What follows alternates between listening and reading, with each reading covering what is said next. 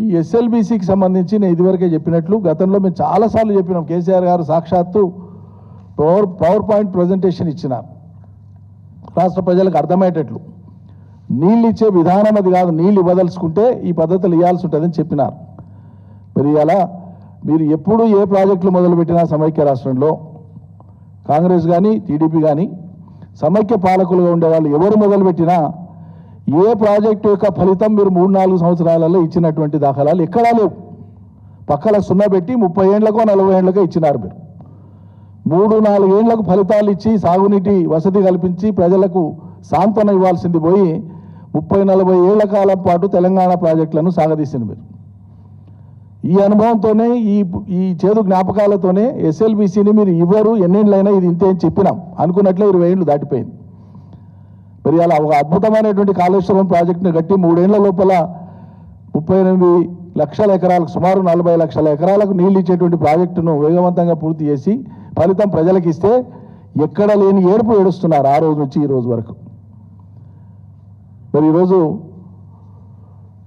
ఒట్టెం pump house మునిగిపోయినా, సుఖిశాల గోడ పడిపోయినా, ఇంకో కాడ ఇంకో ప్రమాదం జరిగినా కేంద్ర ప్రభుత్వం ఎన్నడూ కూడా స్పందించదు.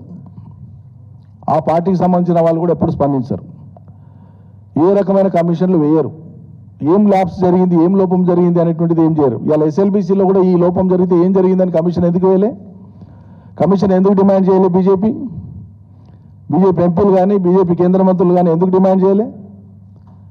చేయరు. అంటే కాంగ్రెస్కు కొద్దిగంత నొప్పి అయితే వీళ్ళు బాధపడతారు, వాళ్ళకు ముళ్ళు వచ్చుకుంటే వీళ్ళు బాధపడతారు. ఢిల్లీలోనేమో కాంగ్రెస్ బీజేపీలు బద్ధశత్రువులు, కానీ తెలంగాణ రాష్ట్రంలో మాత్రం కాంగ్రెస్ బీజేపీ కలిసే ప్రయాణం చేస్తున్నాయని చెప్పడానికి 100 ఉదాహరణలు ఇవ్వచ్చు. కొత్తగా ఇవ్వాల్సింది కాదు, 100 ఉదాహరణలు ఇవ్వచ్చు. మన కళ్ళ ముందు ఉన్నాయి. మరి కాళేశ్వరం మీద చూపినటువంటి అత్యుత్సాహము ఎస్ఎల్బీసీ మీద ఎందుకు చూపించలేదు? ఒక్కనాడు కూడా ఎందుకు మాట్లాడలేదు? ఇక్కడ విఫలమైన ప్రాజెక్టులు కానీ నీట మునిగిన ప్రాజెక్టుల మీద కానీ ఎందుకు మాట్లాడలేదు? మాట్లాడారు.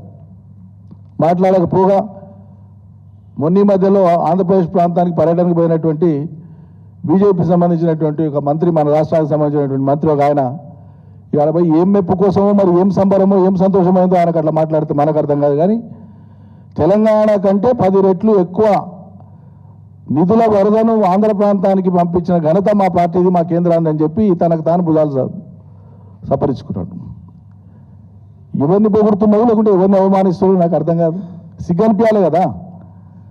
తెలంగాణలో ఒక ప్రాజెక్టు కోసం కూడా 10 రూపాయలు తీసుకొచ్చేటువంటి పరిస్థితి లేదు.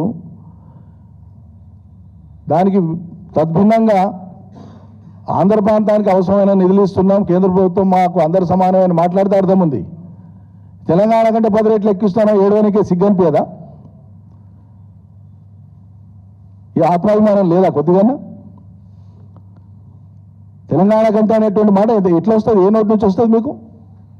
ఏం స్ప్రే ఇది? ఏం రాజకీయ అవగాహన ఇది? క్షమాపణ చెప్పాలి తెలంగాణ ప్రజలకు బండి సంజయ్ గారు ఇట్లా మాట్లాడినందుకు. చాలా ఆక్షేపణీయమైనటువంటి మాటలు అవి. మీరు ఇక్కడ ఏం తేకపోగా తెలంగాణను కించపరిచే విధంగా ఎట్లా మాట్లాడతారండి? అందువల్ల శ్రీశైలం సొరంగ తవ్వకాల్లో ఉండేటువంటి ఇబ్బందులను గమనించే ఈ ప్రాజెక్టు ముందలు పడేది కాదు. అయినా వీళ్ళు మొదలుపెట్టి ప్రజాధనం ఖర్చు పెట్టి ఇన్ని కిలోమీటర్లు అయిందని వదలలేము కాబట్టి మా కోసం మేము పడుతున్నాం, మా ఏడుపు ఏడుస్తామని చెప్పినా. అలా చెప్పినాం. 11 కిలోమీటర్లు ఖర్చు పూర్తి చేసినాం. 3,900 కోట్ల రూపాయలు ఖర్చు చేసినాం. మేము ఆ మొత్తాన్ని తెచ్చిపెట్టినాం. వీళ్ళు వచ్చి పుణ్యాత్ముల కాలు ముహూర్తమో మరి చేతి ముహూర్తమో తెలియదు కానీ కొలాప్స్ అయిపోయి 8 మంది ప్రాణాలు గాల్లో కలిసిపోయినాయి. ఇక అటు ముందుకు పోక వెనక్కి పోక దాన్ని వదిలేసినటువంటి ఒక దుస్థితిని వాళ్ళు తెలంగాణ ప్రజలకు కల్పించినారు. ఈ 60 రోజుల సహాయక చర్యల ద్వారా కూడా అది ఒరిగింది ఏమీ లేదు. చాలా అమానవీయంగా వాళ్ళని గాల్లో వదిలేసిపోయిన వాళ్ళ శవాలను కూడా ఇచ్చేటువంటి పరిస్థితి లేదు. కాబట్టి ఈ రాజకీయ లబ్ధి, రాజకీయ కక్షతో ఈ ఎన్డీఎస్ను కాళేశ్వరం విషయంలో రంగంలోకి దింపింది కేంద్ర ప్రభుత్వం, బీజేపీ ప్రభుత్వం. నేను ఇంతకుముందు చెప్పినట్లు ఎందుకు మరి ఎస్ఎల్బీసీ విషయంలో ఎందుకు దింపరు? అది ప్రాజెక్టు కాదా? అక్కడ ప్రజాధనం ఖర్చు పెట్టలేదా? అంటే ఇటువంటి చర్యలన్నీ కూడా ఏంటంటే ఇటువంటి విషయాల్లో మీ నిరాసక్తత మిన్నకుండా ఉండడం అనేటువంటిది మీ చీకటి స్నేహానికి ఒక నిదర్శనం. అది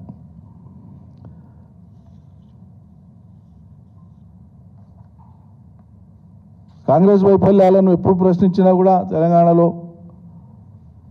బీజేపీ వాళ్ళు ముందు స్పందిస్తారు, వాళ్ళకి ఎక్కువ నొప్పి అవుతుంటుంది.